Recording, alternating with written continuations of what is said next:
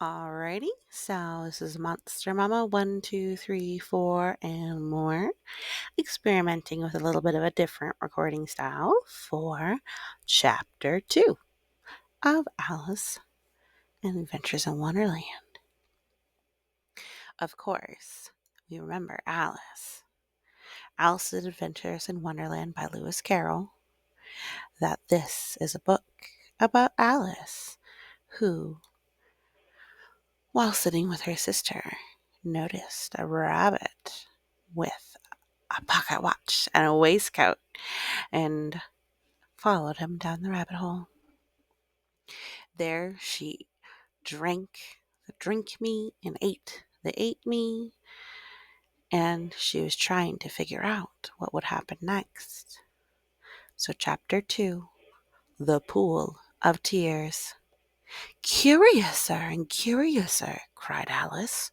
She was so much surprised that for the moment she quite forgot how to speak good English. Now I'm opening out like the largest telescope that ever was. Goodbye, feet.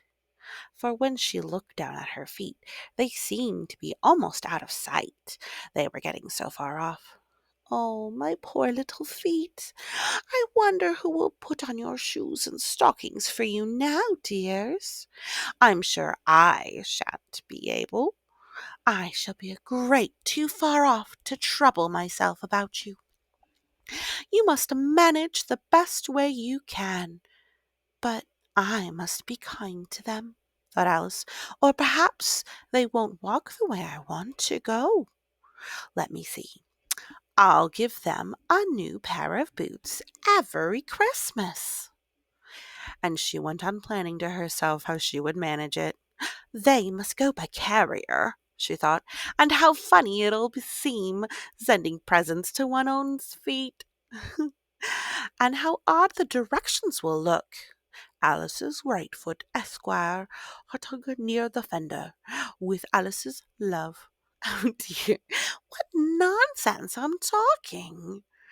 Just then her head struck against the roof of the hall. In fact, she was now more than 9 feet high, and she at once took up the little golden key and hurried off to the golden door. Poor Alice! It was as much as she could do, lying down on one side, to look through into the garden with one eye. But to get through was more hopeless than ever. She sat down and began to cry again. You ought to be ashamed of yourself, said Alice. A great girl like you, she might well say this, to go on crying in this way. Oh, stop this moment, I tell you. But she went on all the same, shedding gallons of tears, until there was a large pool all around her, about 4 inches deep, and reaching half down the hall. After a time, she heard a little pattering of feet in the distance, and she hastily dried her eyes to see what was coming. It was the White Rabbit, returning, splendidly dressed, with a pale pair of white kid gloves in one hand and a large fan in the other. He came trotting along in a great hurry, muttering to himself as he came, "Oh no, the Duchess! The Duchess! Oh, won't she be savage if I've kept her waiting?" Alice felt so desperate that she was ready to ask help of anyone. So, when the rabbit came near her, she began in a low, timid voice, "If you please, sir." The rabbit started violently, dropping the white kid gloves and the fan, and scurried away into the darkness as hard as he could go.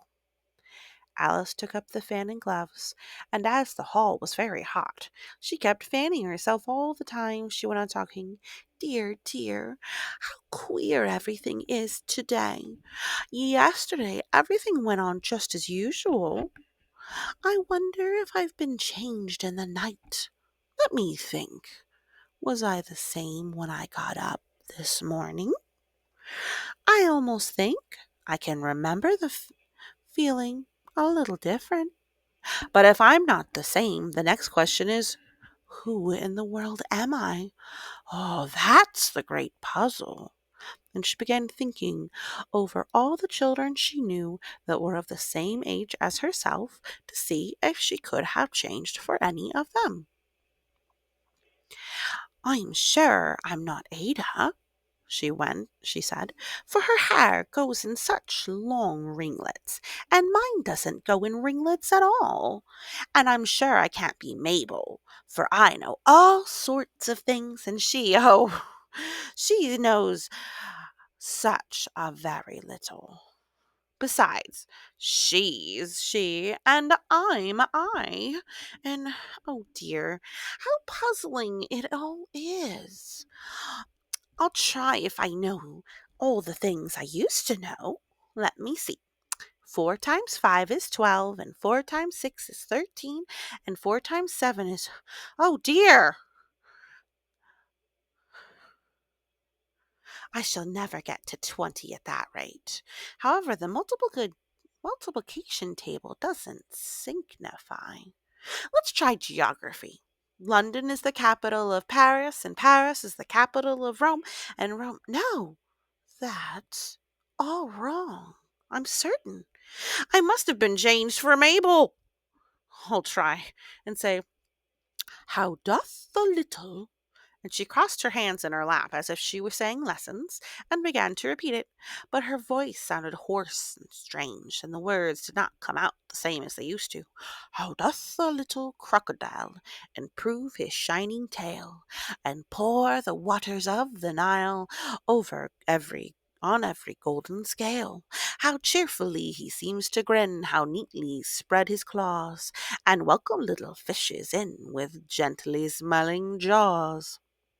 Oh, I'm sure those are not the right words, said poor Alice, and her eyes filled with tears again as she went on. I must be Mabel after all, and I shall have to go and live in that poky little house, and have next to no toys to play with, and oh, ever so many lessons to learn.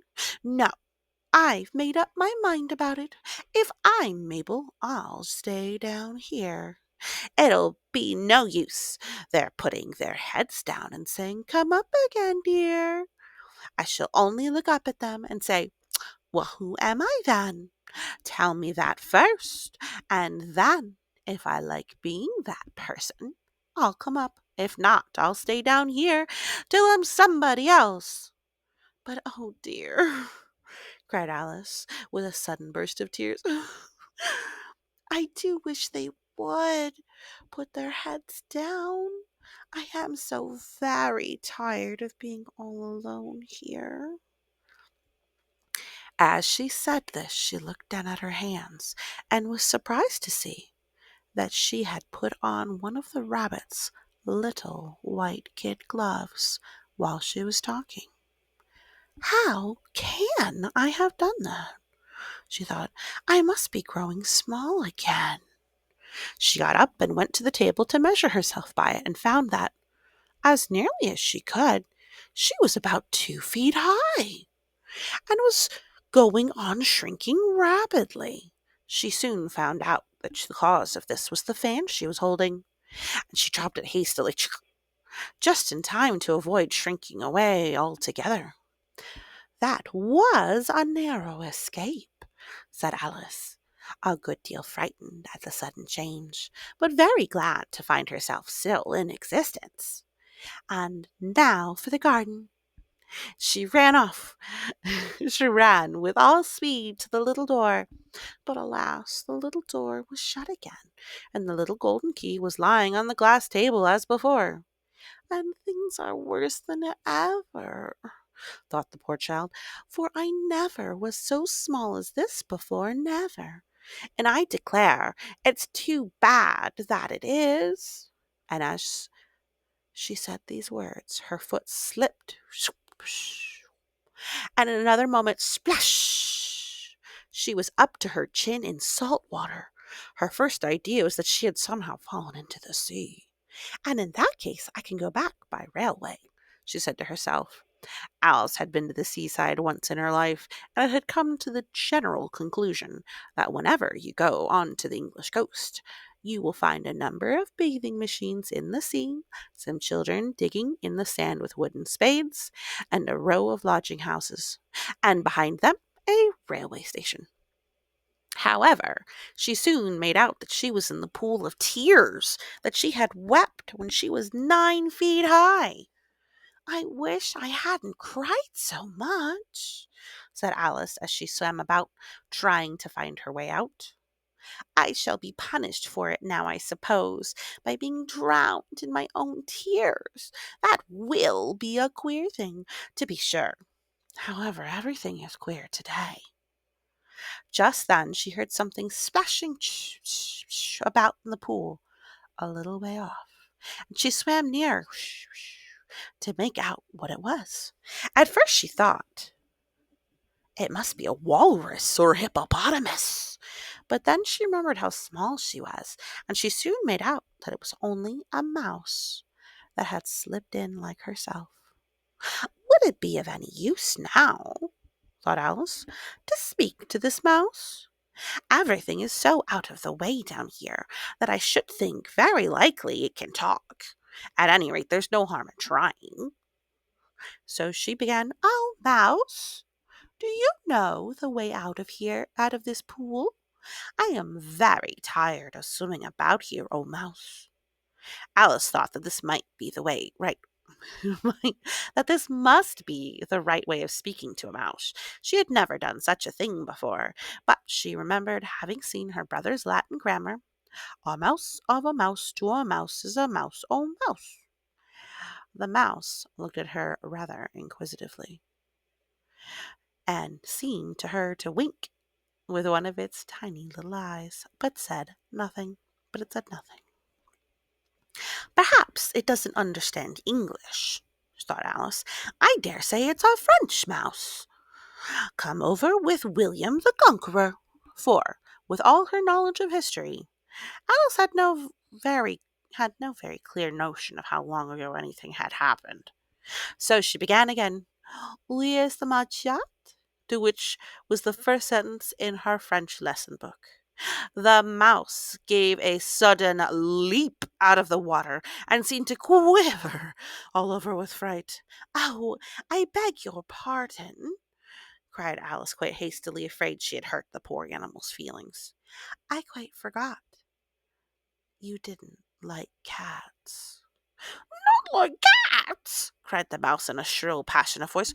"Would you like cats if you were me?"